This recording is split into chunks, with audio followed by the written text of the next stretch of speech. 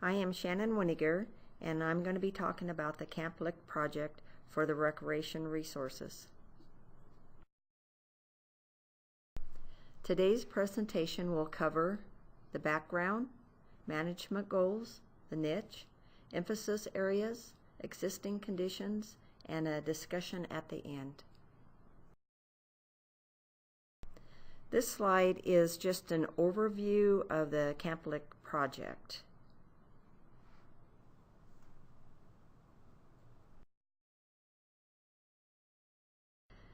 A little background. The Camp Lick project area is located in rural northeast Oregon within the Middle Fork John Day River Basin.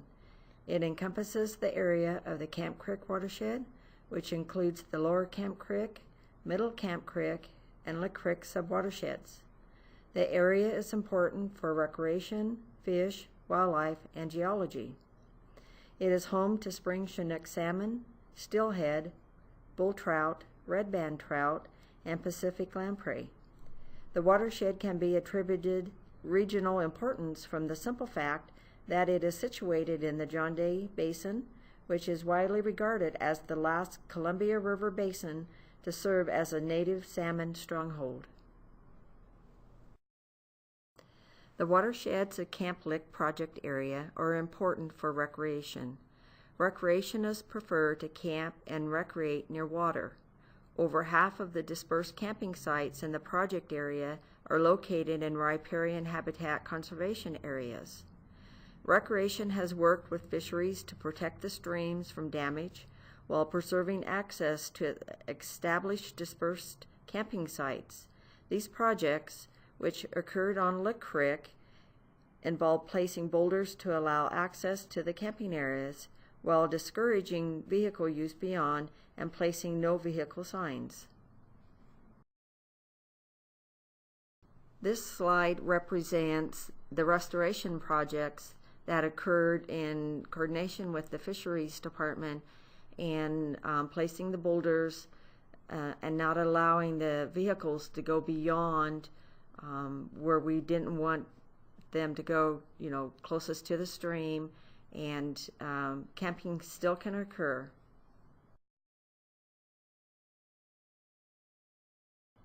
The goals for recreation on the Malheur National Forest include provide a range of opportunities and settings for a variety of recreation activities, to provide for a variety of safe developed recreation facilities, to ensure high-quality recreation experiences through facility location and design, and provide a diverse system of trails for the enjoyment of all users.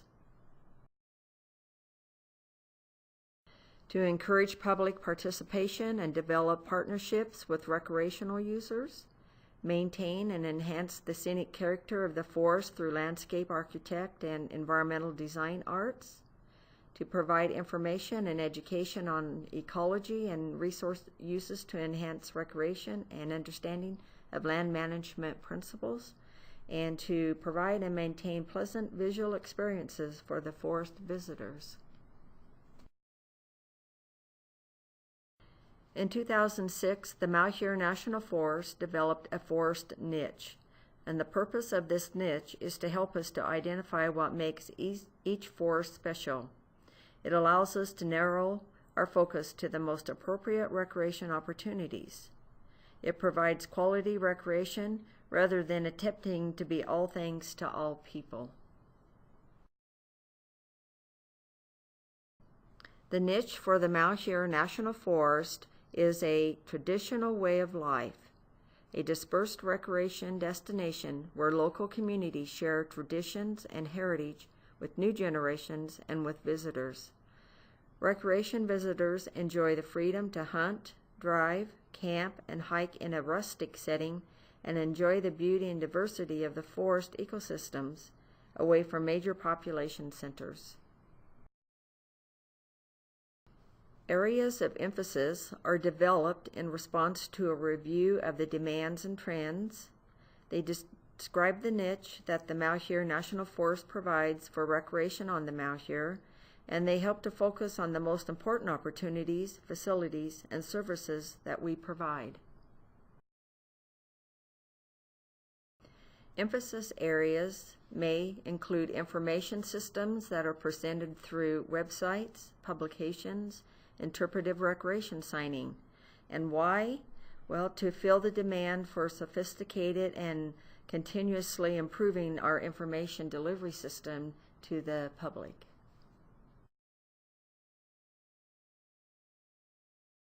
The emphasis also includes a well-designed summer and winter trail system managed in conjunction with our service partners. And why? Well, to continue to fill the demand for adventure sports such as mountain biking, horseback riding, and snowmobiling, for an example. A forest road system that is clearly mapped, signed, and properly marketed to our users. And why? To respond to the increasing demand for opportunities for driving for pleasure, bicycling, and ATV riding. To match the right environment with the right activity for better resource stewardship. To provide loop opportunities.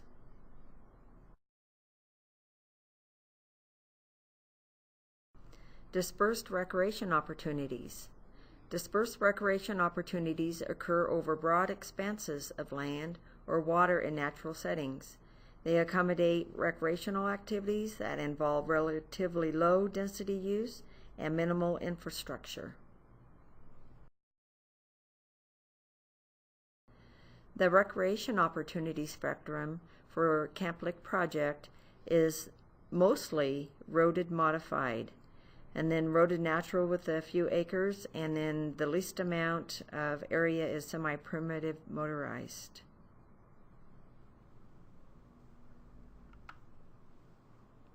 The recreation opportunity spectrum in the Camp Lick project then would lend itself towards building, for an example, OHV trails, since this area is mostly roaded modified. And some of the facilities that we could enhance or reconstruct would be on the more upper end of the recreation opportunity spectrum, meaning that it would be highly developed versus a more rustic area. Percent of forest visitors who participated in the National Visitor Use Monitoring Survey, the last one on our forest that I have documentation for was in fiscal year 2009.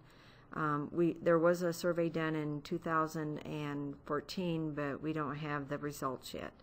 So what this shows is that the highest use on the Malheur is driving for pleasure, then hunting comes in second, and then hiking and walking is a high percentage of use that occurs here, and then viewing wildlife has a high use activity.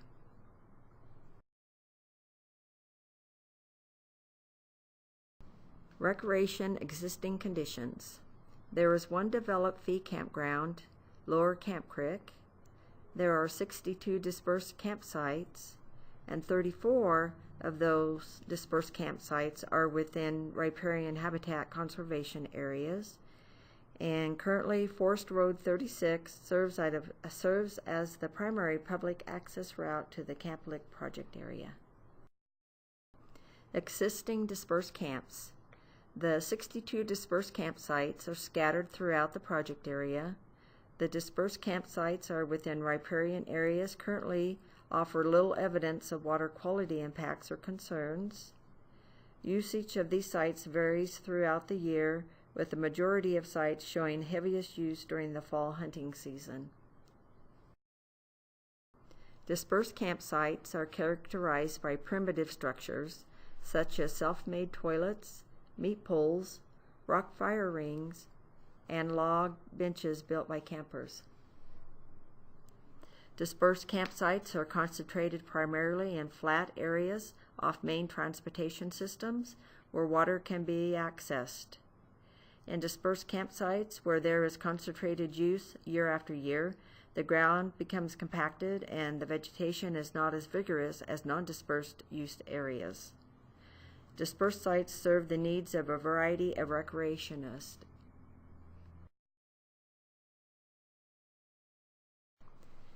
Use of OHVs is often associated with dispersed camping.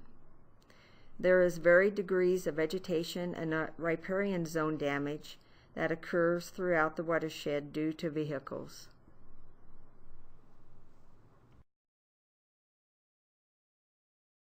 Some other types of existing rec uses are hunting and hiking, winter activities, driving in the woods, huckleberry and mushroom picking, viewing wildlife, fish, plants, and geology.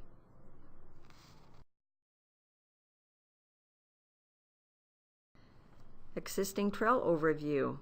There are no developed OHV trails. There are no designated snowmobile trails. There are 2 multiple-use trails, a portion of Lake Butte Trail and the east end of Nipple Butte Trail, and 1 hiker trail, Arch Rock Trail. The Arch Rock Trail is a national recreation trail. The National Recreation Trail Program works to preserve and celebrate our nation's pathways. Why? To connect people to the land through quality recreation experiences in a special, unique natural environment. Arch Rock Trail is authorized by the National Trail System Act of 1968. Use a low to moderate amount. A hiker trail designated in 1981, and it's 0.49 miles long.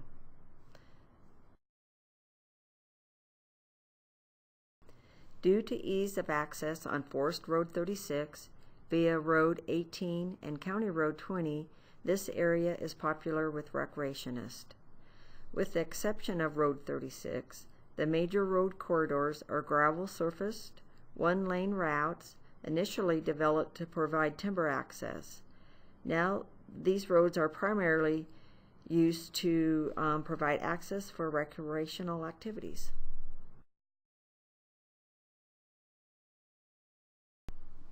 Within our project area, we have Camp Creek Green Dot Travel Management Area. Approximately 90% is within the Camp Lick project boundary. The westernmost portion of the travel management area is outside of the project boundary. This is an agreement with ODF&W. It's a cooperative agreement to allow hunting in a more secluded area where the vehicles are not allowed to go, so that the hunting experience is highly enjoyed by our hunting visitors.